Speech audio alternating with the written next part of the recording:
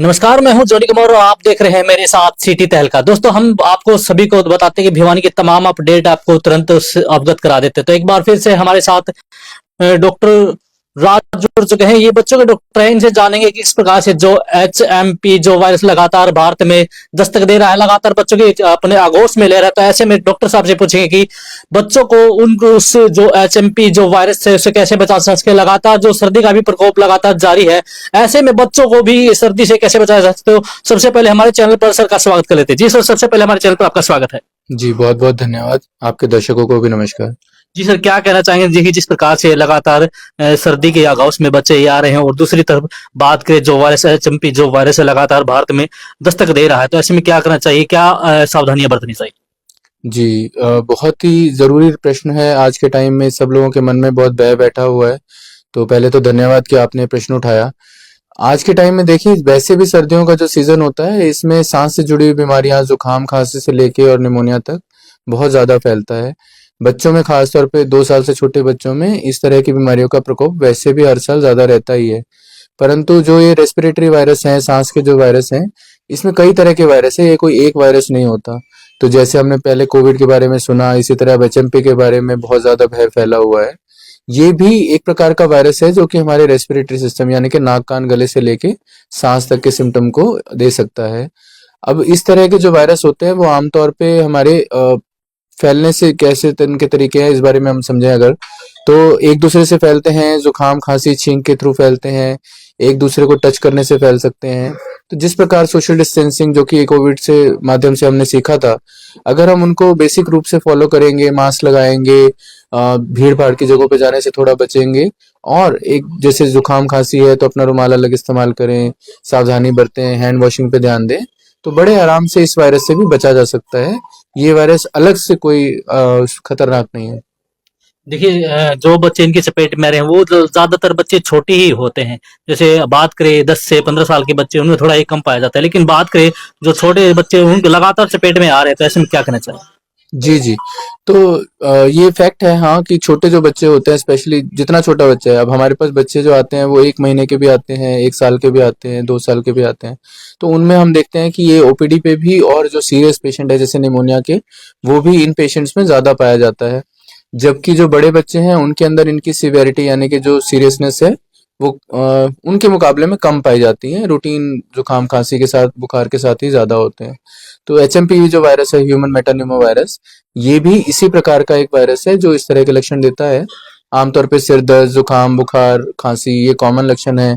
जो छोटे बच्चे हैं उनके अंदर थोड़ा निमोनिया ज़्यादा मिलता है, या जो इम्यूनो कॉम्प्रोमाइज है, जैसे हमने पढ़ा, डायबिटिक हैं, या जिनका कोई कैंसर की दवाई चल रही है, या किडनी फेलियर के मरीज हैं, दमा के मरीज हैं, जिनको पहले से डायबिटीज़ है, कि पहले से कोई ना कोई प्री एग्जिस्टिंग इलनेस है, कुछ बीमारी है जिनके कारण उनकी इम्यूनिटी और लोगों के मुकाबले में थोड़ी कम है, उनके लिए थोड़ा खास रूप से ध्यान रखने वाला वायरस है।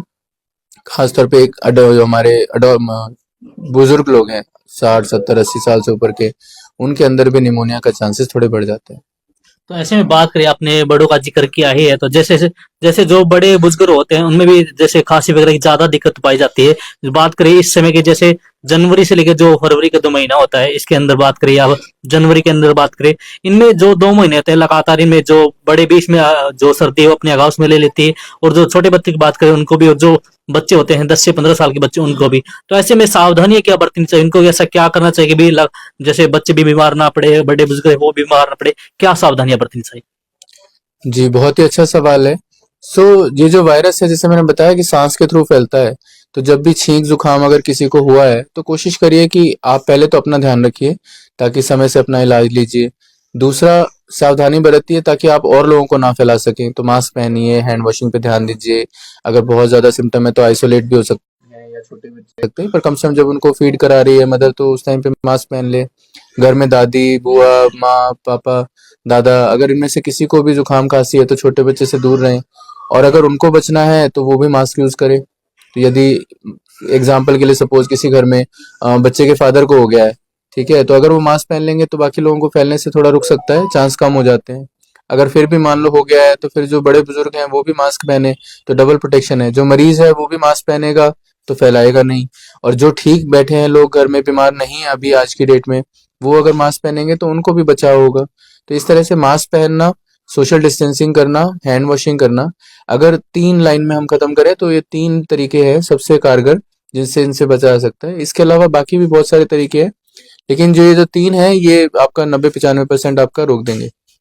देखिए बात कर लेते हैं जैसे आमतौर पर हरियाणा में कहा जाता है कि एक तो सर्दी आते टाइम से आती है और एक सर्दी जाते टाइम से आती है, क्या मानते हैं ये चीज सच है? जी, जी, बिल्कुल, ये तो हमारा प्रैक्टिकल एक्सपीरियंस है।